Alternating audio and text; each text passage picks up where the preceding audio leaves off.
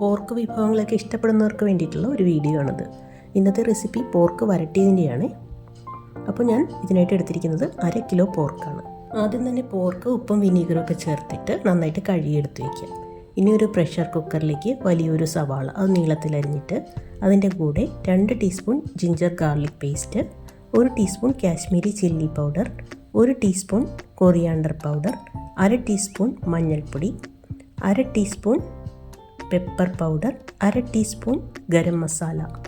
പിന്നെ ചേർക്കുന്നത് വിനീഗറാണ്, അത് 1 ടീസ്പൂൺ ചേർത്ത് കൊടുക്കാം. പിന്നെ ആവശ്യത്തിനുള്ള ഉപ്പ്, ഞാനിപ്പോൾ 1 ടീസ്പൂൺ ഉപ്പാണ് ചേർക്കുന്നത്. ഉപ്പിട്ടൊക്കെ കഴുകിയതുകൊണ്ട് കുറച്ച് ഉപ്പേ ഇതിൽ ചേർത്ത് കൊടുക്കുന്നുള്ളൂ. ഇനി വൃത്തിയാക്കി വെച്ച 1/2 കിലോ പോർക്കും കൂടെ ചേർത്ത് കൊടുക്കാം. എരിവിനായിട്ട് 2 പച്ചമുളകും കൂടെ ചേർക്കുന്നുണ്ട്, കറിവേപ്പിലയും ചേർത്ത് കൊടുക്കാം. ഇനി ഇതെല്ലാം കൂടെ നമുക്കൊന്ന് കുഴച്ച് ചേർക്കാം.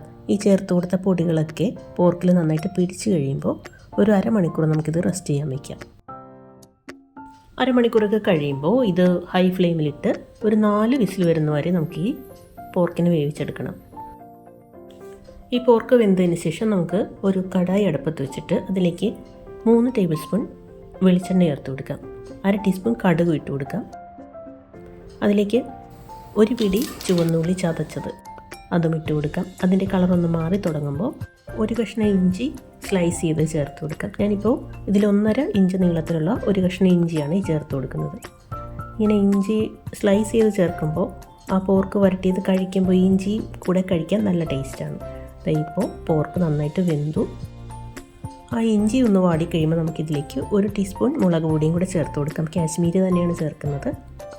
നന്നായിട്ട് ഇളക്കി അതിൻ്റെ പച്ചക്കുത്തൊന്ന് മാറിക്കഴിയുമ്പോൾ പകുതി തക്കാളിയും 1-2 തണ്ട് കറിവേപ്പിലയും കൂടെ ചേർക്കാം. അതും ഒന്ന് ഇളക്കി കൊടുക്കാം. 1 മിനിറ്റൊക്കെ കഴിയുമ്പോൾ നമുക്ക് ആ വേവിച്ച പോർക്ക് അതും ചേർത്ത് കൊടുക്കാം. ആ കുക്കറിൽ ഒരു 1/2 ഗ്ലാസ് വെള്ളം ഒഴിച്ചിട്ട് ഒന്ന് ഇളക്കിയതിന് ശേഷം ആ വെള്ളവും കൂടെ ഒഴിച്ചു കൊടുക്കാം. നന്നായിട്ട് ഇളക്കി കൊടുക്കുക. ഈ സമയത്ത് ഉപ്പൊക്കെ ഒന്ന് ചെക്ക് ചെയ്യുക. ഉപ്പ് പോരായി മാത്രം ഒരല്പം ഉപ്പിട്ട് കൊടുക്കുക. ആവശ്യമുള്ളതിനേക്കാൾ ഒരല്പം അളവ് കുറച്ച് ഉപ്പ് ചേർത്താൽ മതി. ഇത് വറ്റി കുറുകി വരുമ്പോൾ അതല്ലെങ്കിൽ ഉപ്പ് മുന്നിട്ട് നിൽക്കും. ഇതിലെ വെള്ളം ഒരുവിധം വറ്റിക്കഴിയുമ്പോൾ നമുക്ക് 1/2 ടീസ്പൂൺ ഗരം മസാലയും 1/2 ടീസ്പൂൺ പെപ്പർ പൗഡറും കൂടെ ചേർത്ത് കൊടുക്കാം. പെപ്പർ പൗഡറിനേക്കാളും ചതച്ച കുരുമുളക് ചേർക്കുന്നതാണ് കൂടുതൽ രുചി.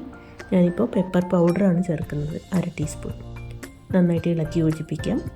ഇനി ഇതിലേക്ക് നമുക്ക് ഒരു 2-3 പച്ചമുളക് 2 അറ്റവും കീറിയിട്ട് അതും ഇട്ട് കൊടുക്കാം. ഇളക്കി യോജിപ്പിച്ച് കഴിയുമ്പോൾ സ്റ്റൗ ഓഫ് ചെയ്യാം. ഇനി ഇത് അടച്ചു വയ്ക്കാം. ഇത് ഉടനെ തന്നെ വിളമ്പണ്ട. ഇതിൻ്റെ ചൂട് പോയതിന് ശേഷം ഒന്നുകൂടി നന്നായിട്ട് ചൂടാക്കിയിട്ട് വിളമ്പിയാൽ മതി. അതാണ് പോർക്കിൻ്റെ ആ ഒരു നല്ല ടേസ്റ്റ് വരുന്നത്. അപ്പോൾ എൻ്റെ ഈ വീഡിയോ ഇഷ്ടപ്പെട്ടു എന്ന് വിചാരിക്കുന്നു. വീഡിയോ കണ്ട് സപ്പോർട്ട് ചെയ്യുന്ന എല്ലാവർക്കും നന്ദി. Thanks for watching.